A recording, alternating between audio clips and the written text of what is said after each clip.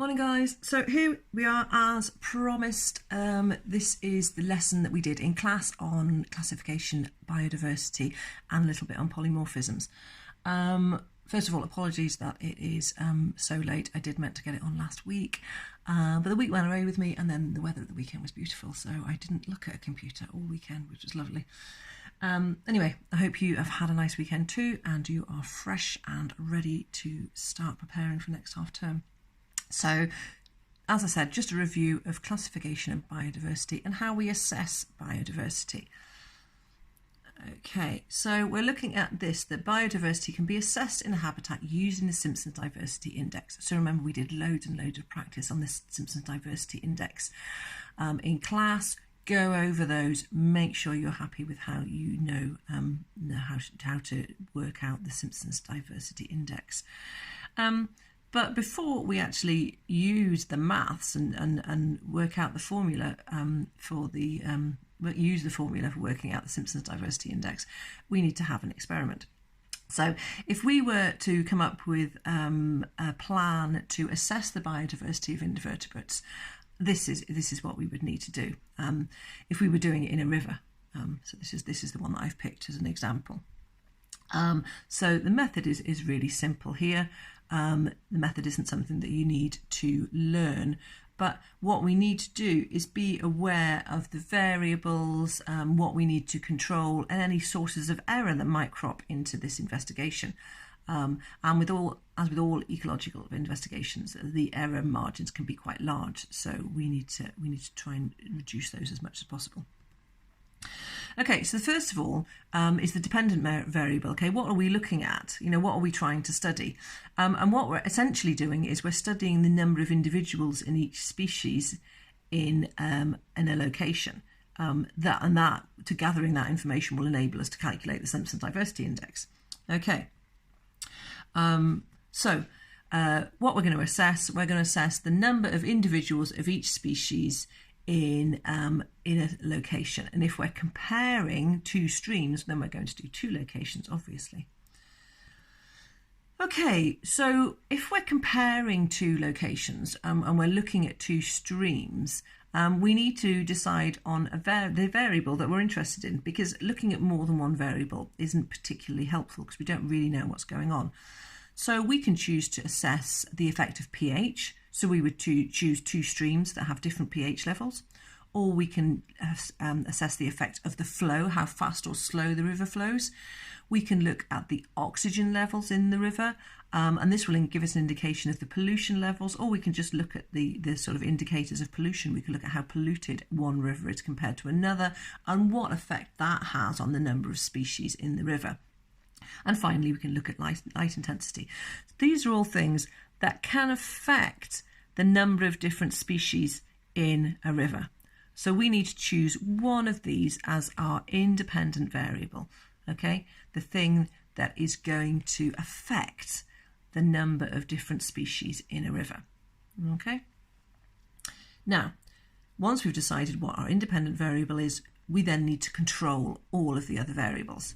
Okay, so for example, if we wanted to compare two streams with different pHs, we would need to pick an area of each stream that had the similar flow, similar oxygen levels, similar pollution levels, and similar light intensity levels, so avoiding shade in this case. If we wanted to compare two streams, one that was polluted and one that wasn't polluted, then we would need to make sure that the pH, the flow, and the light intensity of the two streams was the same. The oxygen levels are likely to be different because oxygen levels tend to go down when a stream is polluted.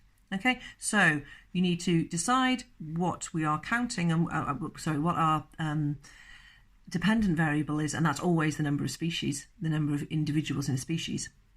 And then we need to decide what it is that we want to compare, which is our independent variable. And once we've decided on that, everything else we need to keep the same. So how do we make it a good investigation? Hopefully you've read the method, and there's quite a lot of things that we need to think about. Okay, if he breaks his net, can he just use another one? Well, he can, but he needs to make sure that the holes in his net are the same size, so he's catching the same size of invertebrate. How long should he kick for? Well, that doesn't really matter, but he should kick for the same length of time each time.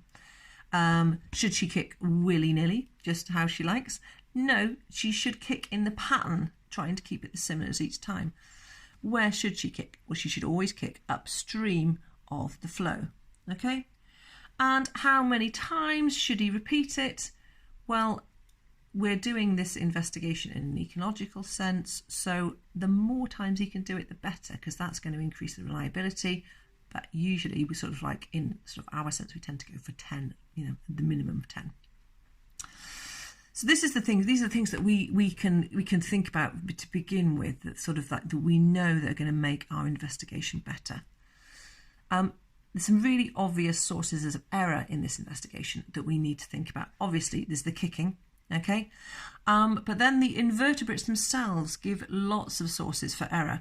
So the invertebrates are moving around. Once you've collected them, you put them in this big white bowl, and then you're trying to count them. And of course, they're going to be moving around. It's like trying to count kids in a playground when they're running around. So you could count invertebrates more than once. That's a problem that you need to be aware of.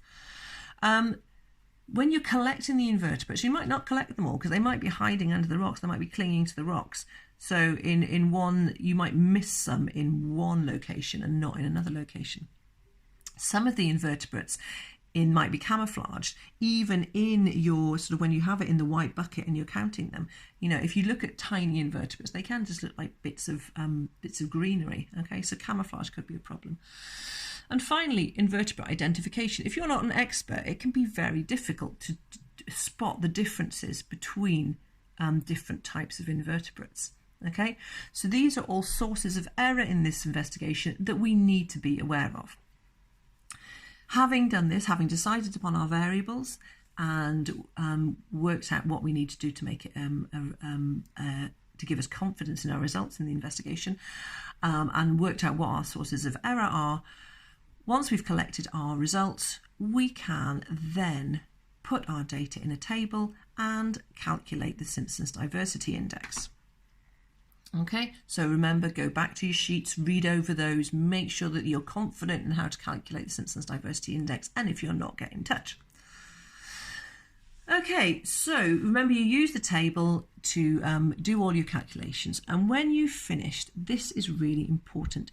Your Simpson's diversity index should always be less than 1. If your Simpson's diversity index is more than 1, you have made a mistake, you have made a mathematical error. Go back and check it, okay? And the other tip is to remember that the higher the numerical value, the higher the biodiversity, okay? So this is sort of middling biodiversity. If you had 0.1, you would have very low biodiversity, and if you had 0.9, you would have very high biodiversity. If you had 7.3, you would have made a mistake. Okay, so nice and simple there. And that is us for working out how to assess biodiversity. Like I said, any problems, get in touch, and I am happy to go through this with you. Take care, guys. There is a video following looking at factors assessing, not factors assessing biodiversity, sorry, factors affecting biodiversity. So things that can increase or decrease biodiversity. Okay, take care, guys.